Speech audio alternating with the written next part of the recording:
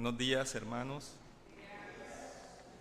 Qué bueno estar aquí nuevamente para exaltar y alabar el nombre del Señor. Es la obra de Dios. Quiero invitarte, hermano, a que me acompañes en oración, que sea Dios quien nos guíe en la predicación de la palabra esta mañana y que podamos estar atentos y nuestros corazones dispuestos para poner en práctica esta verdad. Padre eterno, Dios, bendito te damos gracias, Señor, por darnos este privilegio, Dios, de estar aquí reunidos, Señor. Te pedimos, amado Padre, que seas tú quien nos dirija, Señor, que seas tú quien nos hable a nuestros corazones, Señor. Que dispongas nuestros corazones, nuestras mentes, Señor, para aprender de tu palabra, Dios. Que seas tú redarguyéndonos, Señor, que seas tú ayudándonos a crecer, Señor, en santidad, en unidad, en verdad. Te damos gracias, Señor, por aquellos hermanos que no han estado aquí, Dios, que seas tú bendiciéndoles, dándoles salud, Señor. Si están padeciendo de salud, quebrantos de salud, sé tú dándoles la salud, Señor. Te damos gracias, Dios, y te pedimos, Señor, que nos fortalezcas como tu iglesia, Señor, y que nos ayudes a crecer a la estatura de tu Hijo cada día. Te damos gracias en el bendito nombre de Cristo Jesús. Amén. Hoy vamos a continuar con la serie de predicaciones del libro de Filipenses y ya estamos llegando prácticamente al final de la carta. Pablo le escribe a los filipenses, a su amada iglesia en Filipos y a nosotros. La Biblia de estudio, Reina Valera, habla como título del libro, dice que el tema principal de esta carta es el contentamiento o el gozo del creyente. Pablo quiere animar a estos hermanos fieles a vivir sus vidas como ciudadanos del reino de Dios, a vivir sus vidas de entrega a esa gran ciudadanía que tenemos en Cristo Jesús. Y la forma de vida que Pablo anima a estas se manifiesta únicamente a través del servicio a los demás y única y exclusivamente en Cristo Jesús. También fue evidente esto en la vida de Pablo, de Timoteo y de Epafrodito. Hoy, teniendo este preámbulo, conoceremos a dos mujeres que tenían diferencias, que estaban en la iglesia, que estaban envueltas en conflictos, heridas, desconfianza, y esto perjudicaba la unidad de la iglesia. Obligó esto a que el apóstol Pablo expresara sus nombres y los dejara aquí para nosotros hoy. Y te invito entonces, hermano, a que leamos Filipenses, capítulo 4, versículo del 1 al 3. Filipenses, capítulo 4, versículo del 1 al 3. Dice la palabra del Señor así, leo para ustedes en el nombre del Padre, del Hijo y del Espíritu Santo. Hermanos míos, amados y deseados, gozo y corona mía, estad así firmes en el Señor, amados. Ruego a Evodia y a Sintique que sean de un mismo sentir en el Señor. Asimismo te ruego a ti también, compañero fiel, que ayudes a estas que combatieron juntamente conmigo en el Evangelio, con Clemente también y los demás colaboradores míos, cuyos nombres están en el libro de la vida. Tremendo, ¿verdad? Tremendo preámbulo del final de la carta. Cuenta una historia que leí hace mucho tiempo en internet, que habían 6 hombres que habían quedado varados después de que su bote se hundió en alta mar y quedaron varados en una isla solitaria, desierta. Estos hombres pudieron llegar allí y 2 de ellos eran judíos, 2 de ellos eran católicos romanos, 2 de ellos eran bautistas. Los 2 judíos se unieron y crearon la sinagoga Emmanuel. los dos católicos romanos también se unieron y crearon la iglesia o la capilla de Nuestra Señora del Perpetuo Socorro. Luego estos dos bautistas, cada uno fundó su iglesia y estaban discutiendo y peleando por quién iba a utilizar el nombre Primera Iglesia Bautista. Esto lo leí yo de un artículo de un pastor bautista. Y es triste, ¿verdad?, cómo la iglesia se divide. Y no solamente esa exhortación es para la iglesia bautista, sino también para la iglesia reformada o presbiteriana. Muchas iglesias, dice la estadística, que se están dividiendo, iglesias reformadas, se están dividiendo en denominaciones más pequeñas cada día. Y eso está ocurriendo de manera continua. Esta estadística es clara. Y entonces nos está hablando de algo que está ocurriendo dentro de la iglesia, la división. Y este conflicto de división no es lo que esperábamos nosotros encontrar cuando llegamos al Evangelio. Pues yo le pregunto a usted, cuando llegó al Evangelio, ¿pensaba que esto era así? ¿Que iba a encontrar conflicto y división dentro de la iglesia?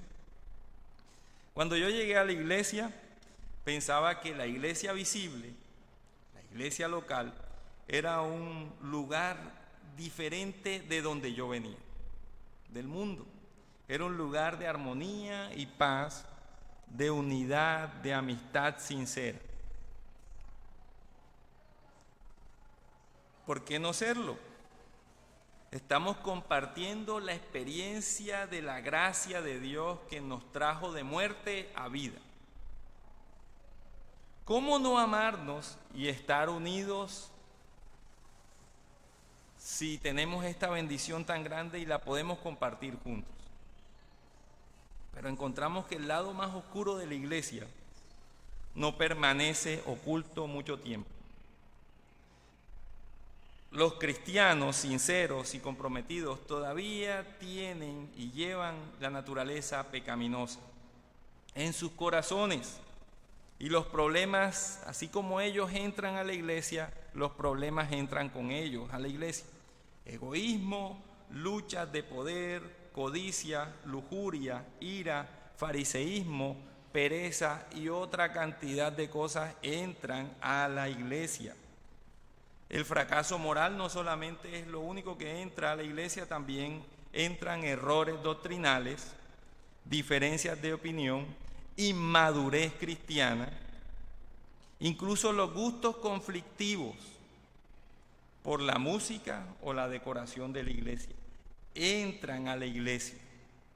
Nos dividen y nos dividimos por cualquier cosa que es insignificante, como que le sirva más a un hermano en la cena de Navidad que a otro.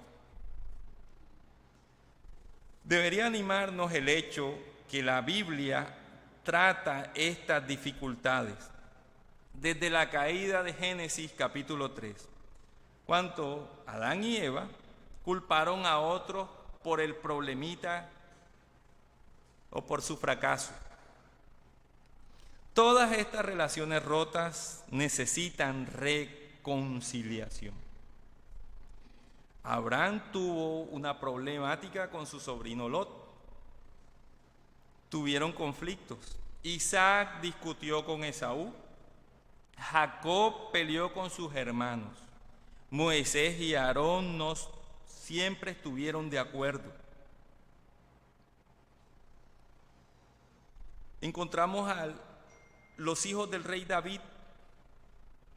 Uno de sus hijos, Absalón, mató a su hermano Amón. Y después, más adelante de ese caos, es muerto por Joab, un general del ejército de David. Y estos conflictos no solamente están en el Antiguo Testamento, sino que también están en el Nuevo.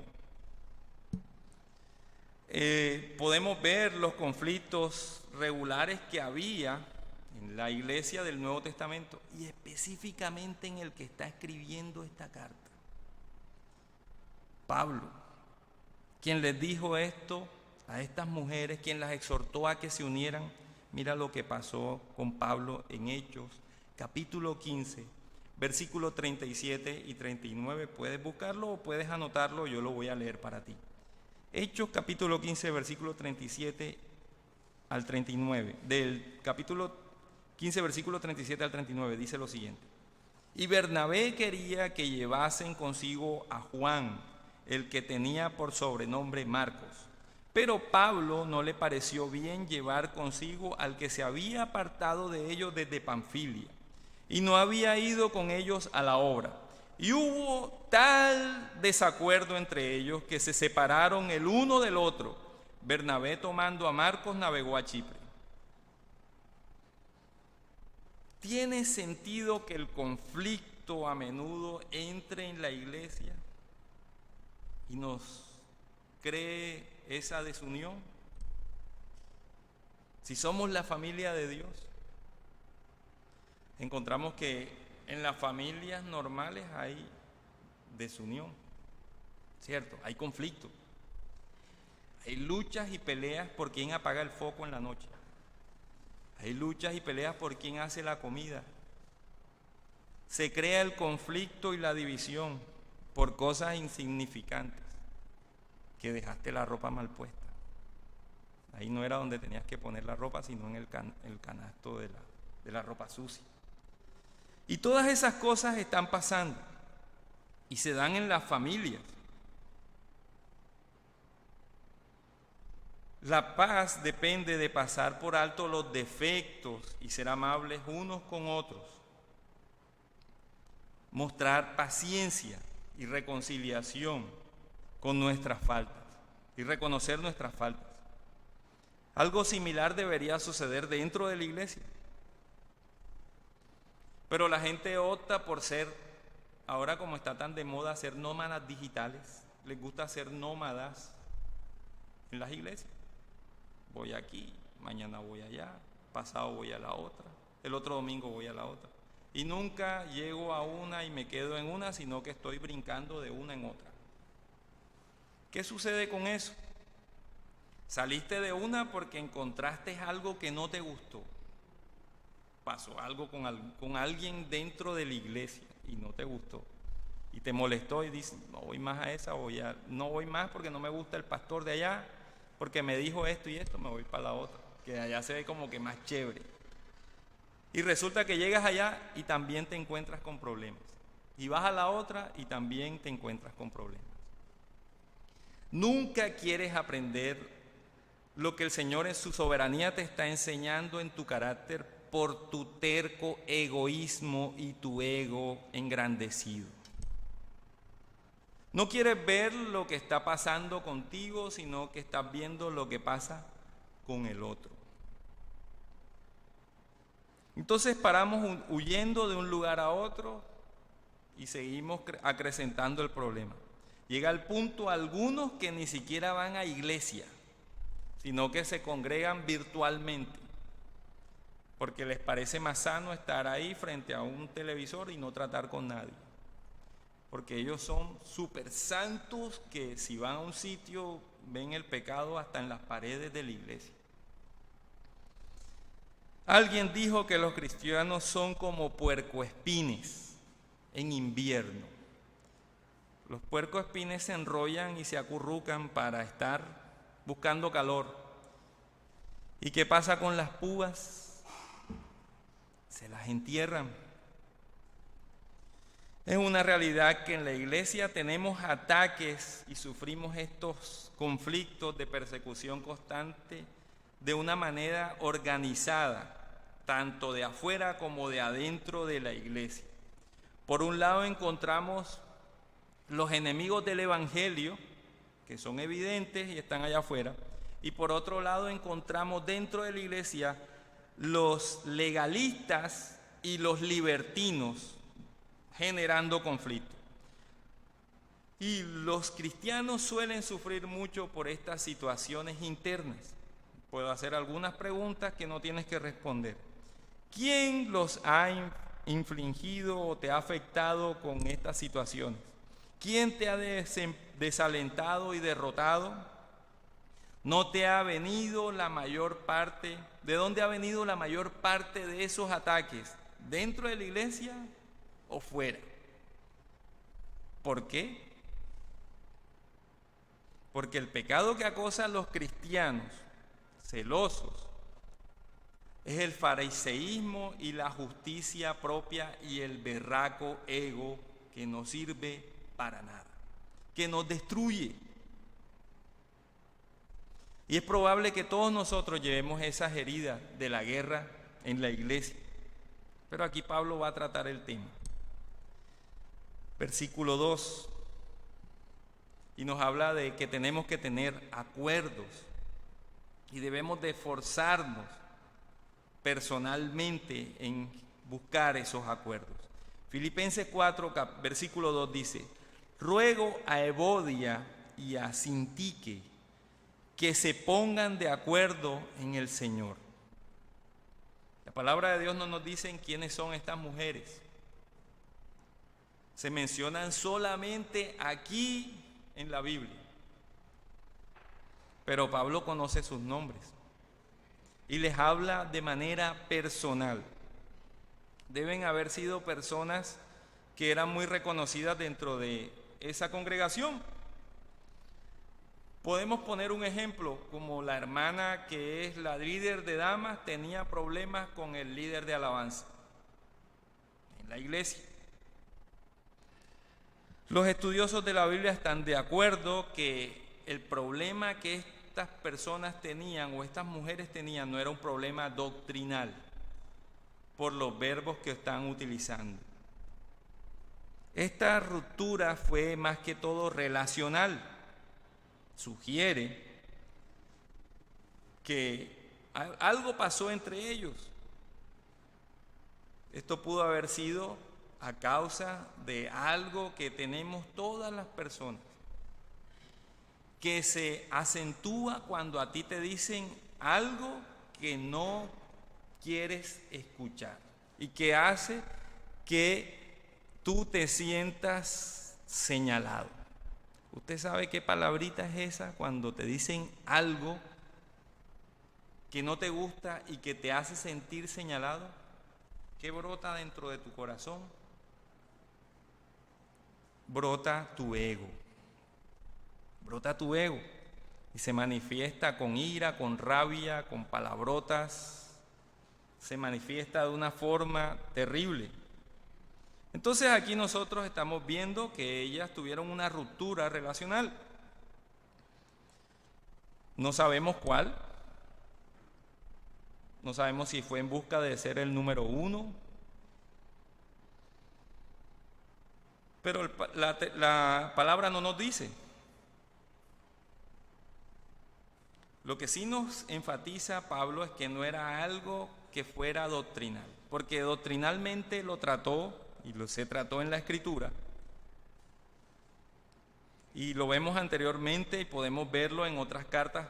Yo quiero que lo veamos en Tercera de Juan, capítulo 1, versículo del 9 al 10, esos dos versículos, y los voy a leer para ustedes. Si fuera algo doctrinal, Pablo lo hubiera tratado de la manera como lo hizo al comienzo de la carta.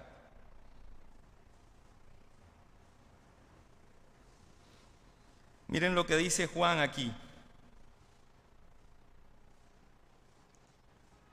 Dice que no debes escuchar a Diótrefes, que gusta de ponerse a sí mismo en el primer lugar. No reconoce nuestra autoridad y se niega a acoger a los hermanos. Entonces, una lección para nosotros es que nosotros no debemos hacer concesiones. No, porque ese es el hermano de la iglesia y yo hace concesiones. No debemos hacer concesiones con errores doctrinales. Con la herejía no hacemos concesiones. Hacemos como hace Pablo. ¿Qué hizo Pablo? La denunció. Pero aquí le ruega a estas dos damas que se pongan de acuerdo, que cooperen en su compromiso. para encontrar una solución a ese conflicto que las está afectando y está afectando a la unidad de la iglesia.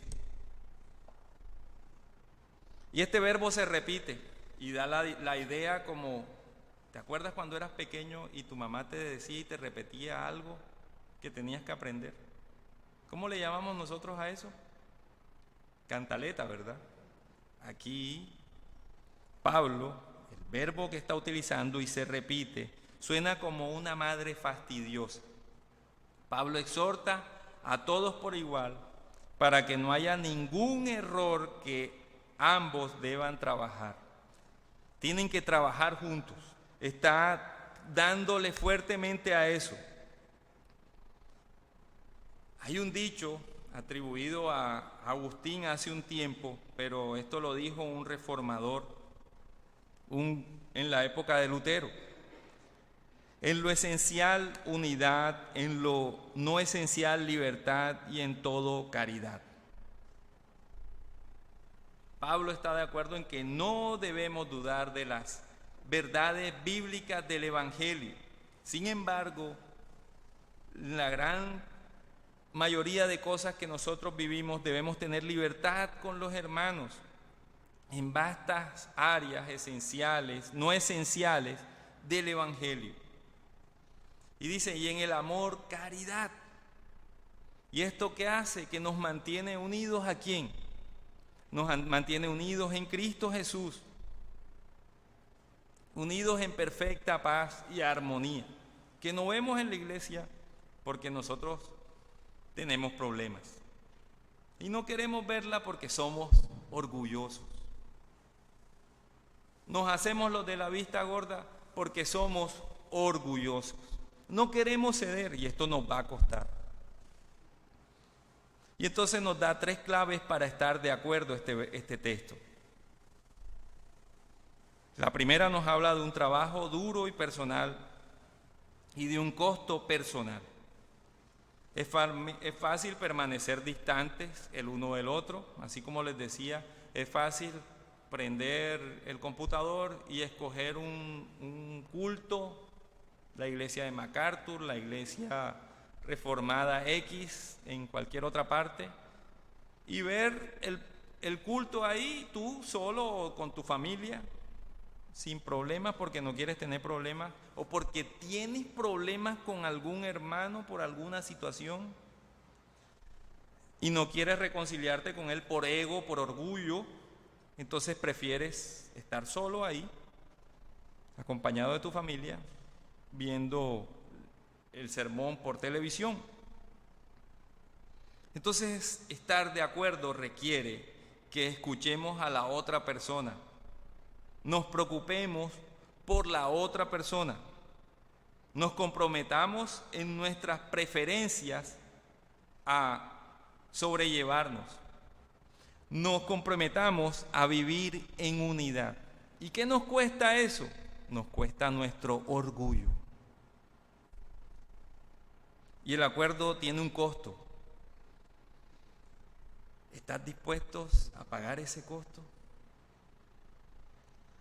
También el Señor nos habla que este acuerdo tiene que hacerse en el Señor. Dice el texto, Evodia y Sintique no son individuales. Ambas pertenecen a la iglesia invisible, universal, de Cristo Jesús, la cual Él compró con su sangre. ¿Cómo podemos insistir en salirnos con la nuestra si Cristo, nuestro Salvador, no insistió en salirse con la suya? Si Evodia y Sintique se ponen en una buena relación con Dios, se reconcilian con Dios, se reconciliarán entre sí. Y mira que este conflicto nos habla de nuestra madurez como creyentes. Si nosotros insistimos en ser nómadas, si nosotros insistimos en no tratar el asunto, si nosotros insistimos en alejarnos, estamos diciendo que no conocemos el Evangelio. No hemos madurado. Entonces también este texto en el capítulo 2, versículo 2, nos dice y nos habla de la humildad. Y este texto está aplicando algo que Pablo ya dijo, y lo voy a leer para ustedes, en el capítulo 2 del 1 al 4. Lleva a la vida real de la iglesia algo que ya Pablo dijo. Mira lo que dice el capítulo 2 del 1 al 4.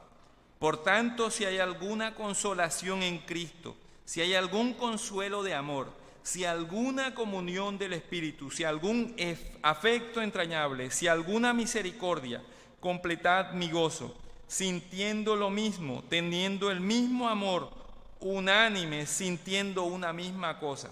Nada hagáis por contienda o por vanagloria, antes bien con humildad, estimando cada uno a los demás como superiores a él mismo, no mirando a cada uno por lo suyo propio, sino cada cual también por lo de los otros.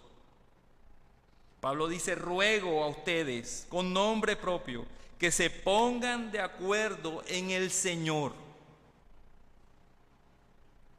El orgullo creó este conflicto.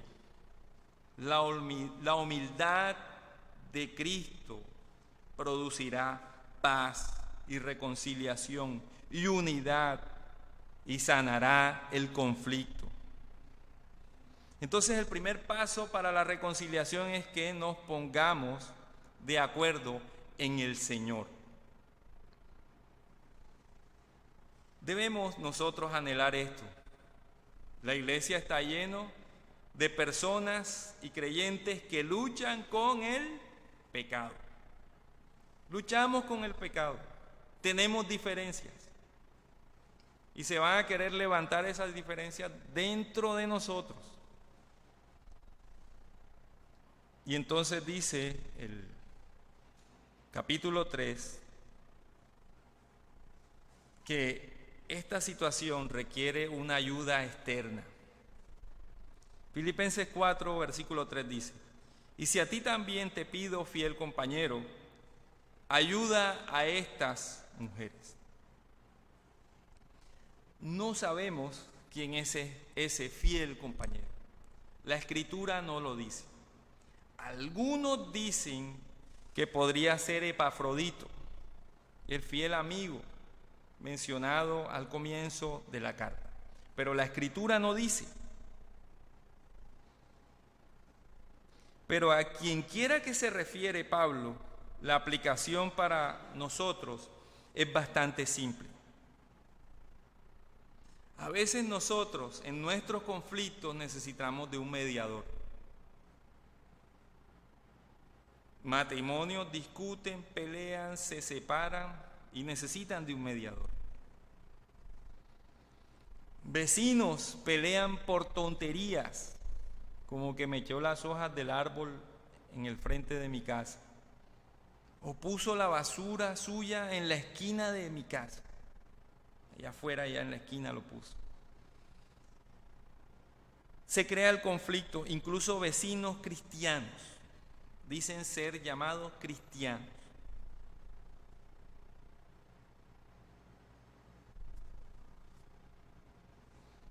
Y esto es claro y ocurre. Pero necesitamos un mediador para tener una reconciliación, un mediador externo. Un comentarista dice que los conflictos y las diferencias de opinión, de alguna manera en las iglesias basadas en la Biblia, resultan más fáciles de lidiar con las falsas enseñanzas que con esas situaciones de conflicto. Pero las diferencias personales, ser casi igual de dividiendo la confraternidad, destruyendo la unidad de la iglesia. Son situaciones que están dañando y nos están dañando y haciendo mucho daño como iglesia. Entonces necesitamos a alguien de afuera que tiene que tener unas características. Y Pablo las dice aquí en el texto. Tiene 4 características esa persona que no conocemos quién es. Primero tiene que ser un cristiano maduro. Dice el texto que era un compañero verdadero. Nos muestra que esta persona era un apasionado y era compañero piadoso y maduro respecto al ministerio de Pablo y al ministerio que había compartido con estas personas. Debe ser objetivo. El apóstol Pablo nos muestra esto colocando al verbo delante de cada nombre de estas personas. Nada hará para tomar partido o para sacar su ego. Y esto debe hacerlo un verdadero mediador. Debe ser abierto y directo. Imagínate tú el impacto de estar en la iglesia y que desde el púlpito se te llame por tu nombre. Y no solamente se te llame por tu nombre, sino que se te muestre puntualmente la problemática en la cual tú estás fracasando. ¿Cómo te sentirías? ¿Impresionado? Entonces él los conoce y trata el problema de una manera directa. Estos problemas reales exigen que esa comunicación sea directa, no por la rama o con pañitos de agua tibia. Tiene que ser directa, en la llaga. Esto lo hace un verdadero mediador. Debe ser un animador positivo, no como los animadores esos que tú ves por internet. Pablo no reprende a estas mujeres, sino que las afirma y las llama colaboradoras. Y dice, cuyos nombres están en el libro de la vida y que trabajan codo a codo con él.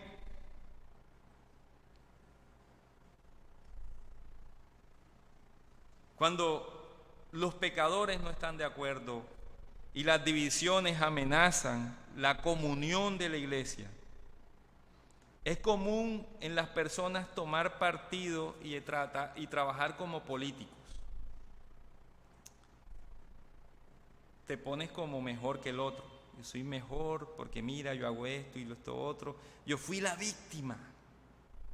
Esa es la palabrita clave. Yo fui la víctima. Esa persona, ese hermano me hizo daño, me afectó, me hizo esto y lo otro. Y si puedes exagerar un poquito, le echan un poquito de exageración y amplían un poco más la situación para que ganes adeptos.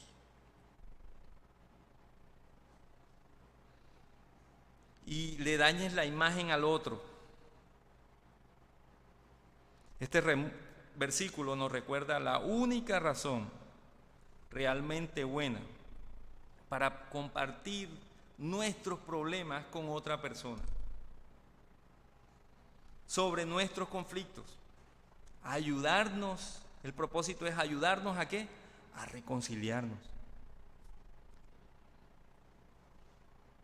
Y el acuerdo nos recuerda a nosotros que el acuerdo a veces necesita ayuda externa. En nosotros hay momentos en los que no podemos, porque nos cegamos por el ego. El acuerdo definitivamente se relaciona con el ministerio del Evangelio y quiero que lo veas ahí en esos versículos que acabamos de leer, del 1 al 3. El versículo del capítulo 4 concluye el capítulo 3. Debido a la gloria de la meta puesta ante nosotros, no debemos desviarnos de la carrera. Y recuerdas la predicación del pastor Rafael. Debemos permanecer firmes al mismo tiempo que nosotros avanzamos. Ese pensamiento de Pablo de rogar por Evodia y por Sintique que se pongan de acuerdo en el Señor porque se está expandiendo el Evangelio. Y mientras lo hacen no puede evitar recordar que ellas compartieron con él el avance del Evangelio.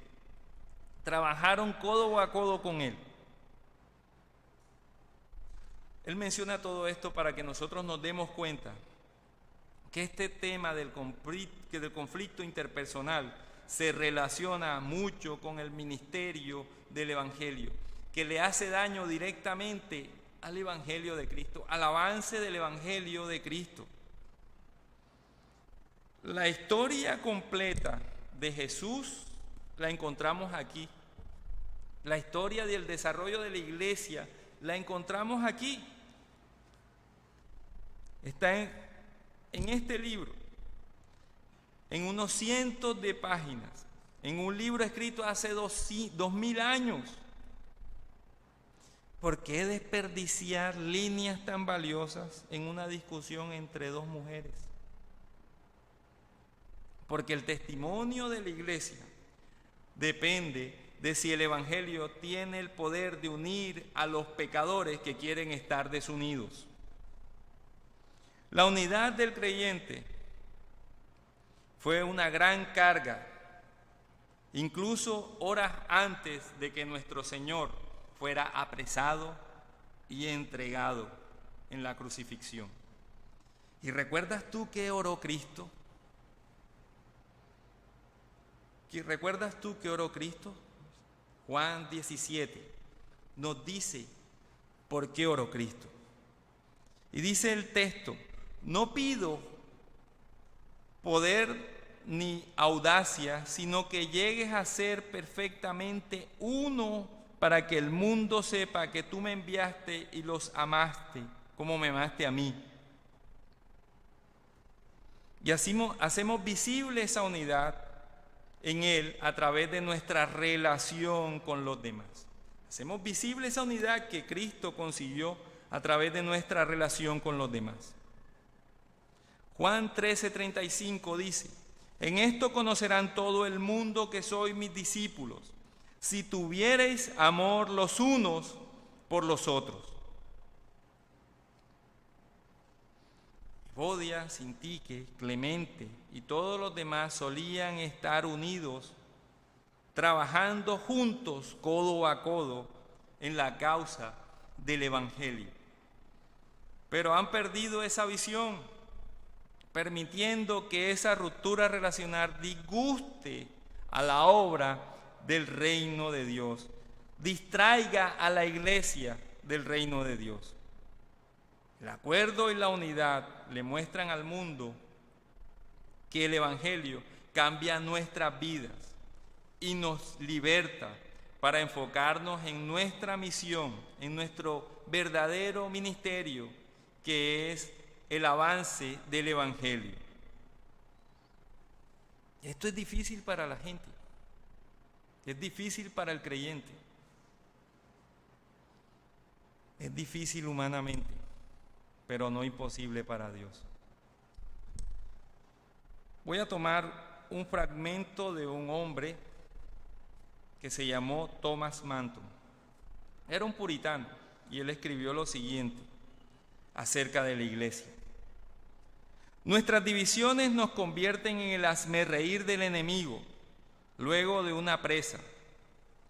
Ciertamente, si una vez se estableció la paz en la iglesia reformada, las profecías acerca del anticristo pronto se cumplirían.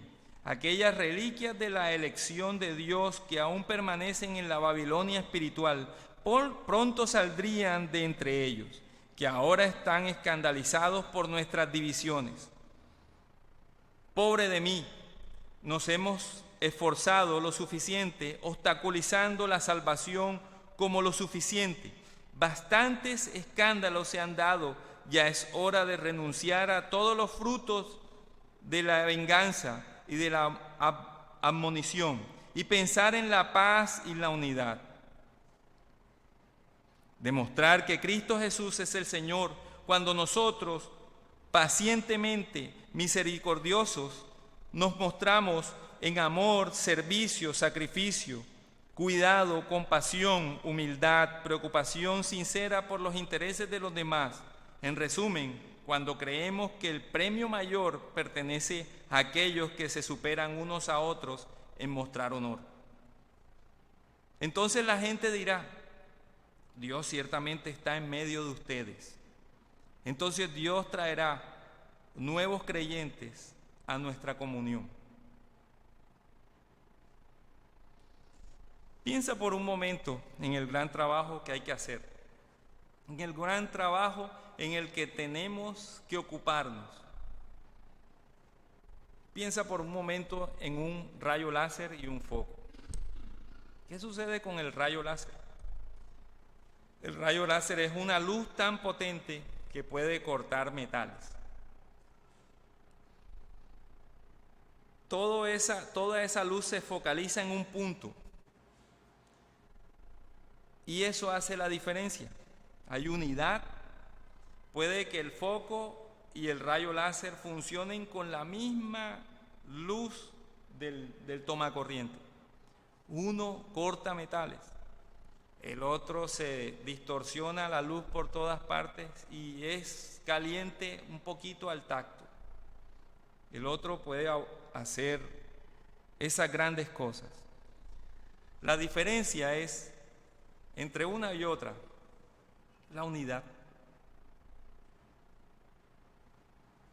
Dios nos está llamando a nosotros como iglesia, aquí en este lugar, porque no es en otro lugar, en este lugar, la iglesia, la roca, a nosotros los que pertenecemos a esta iglesia, a trabajar en la unidad de la iglesia. Puede que entre nosotros haya divisiones, puede que ni siquiera nos enteremos de que existan esas divisiones. Pero si necesitas un mediador, aquí tienes a tus hermanos. Y el mediador más grande ya lo tenemos, y que es Cristo Jesús.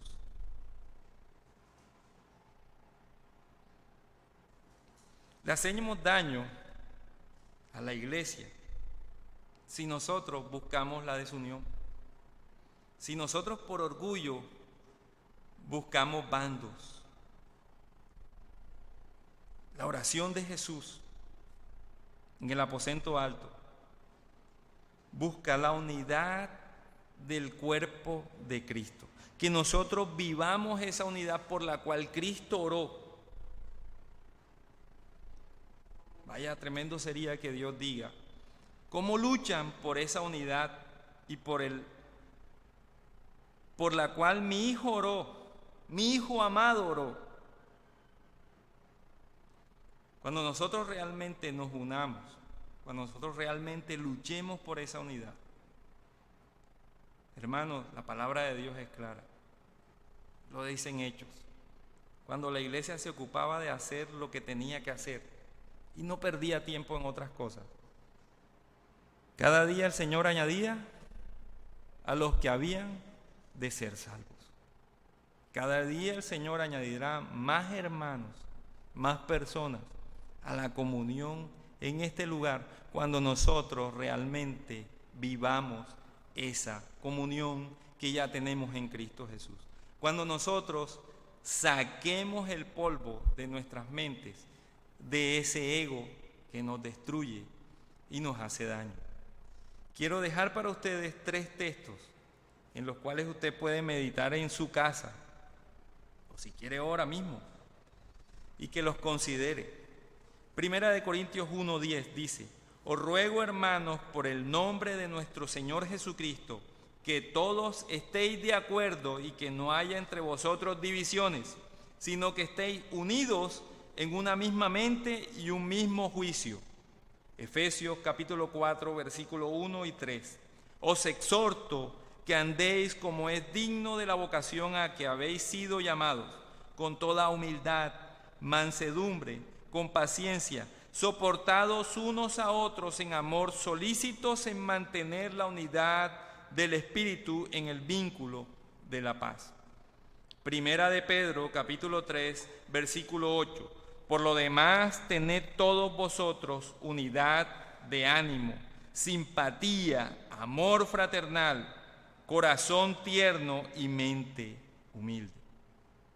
La palabra de Dios es clara. Nos está hablando claramente el Señor a nosotros, la iglesia, la roca, a cada uno de los que estamos aquí, a que nos esforcemos y trabajemos en esa unidad. Ya está bueno de perder el tiempo. Ya está bueno de estar desunidos.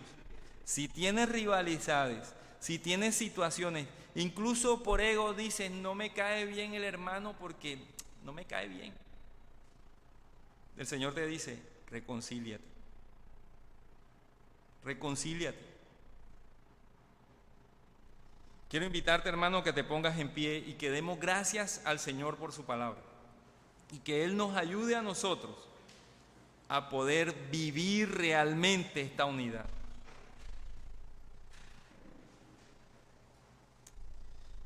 Bendito Señor Dios Todopoderoso, Padre, te damos gracias por tu palabra. Te damos gracias, Señor, porque nos hablas directamente a nuestros corazones, Señor. Te damos gracias, Señor, porque así como nombraste a estas mujeres en la congregación, nos nombraste a cada uno de nosotros con ellas, Señor. Nos estás llamando la atención sobre un pecado, Dios. Nos estás exhortando, Señor, a que trabajemos juntos en esta unidad que tu Hijo, Señor, consiguió a través de su encarnación, su ministerio público, su muerte y su resurrección. Padre, te pedimos, Señor, que nos ayudes a que nuestro ego, Señor, sea pisado por tu señorío, Padre. Te pedimos, Dios, que quites de nuestros corazones, de nuestras mentes, el querer sobresalir sobre otros, Señor. Nosotros no somos nada ni nadie delante de ti, Señor. Éramos pecadores, iguales que todos los demás, que merecíamos el infierno, que merecíamos la muerte, que merecíamos la condenación. Pero por tu misericordia nos llamaste. Fue por tu obra, fue por tu gracia. Señor, te pedimos que nos ayudes a tener esa fraternidad y que veamos al otro como un hermano de verdad. Que veamos al otro como un superior a nosotros, Señor, porque tú lo amaste igual que a nosotros. Padre, ayúdanos a vivir esta unidad, Señor. Ayúdanos a ser fieles a ti, fieles a tu palabra, Señor. Y ayúdanos, Señor, a madurar. Te damos gracias, Señor, porque nos hablas claramente, nos exhortas directamente. Te damos gracias en el bendito nombre de Cristo Jesús. Amén.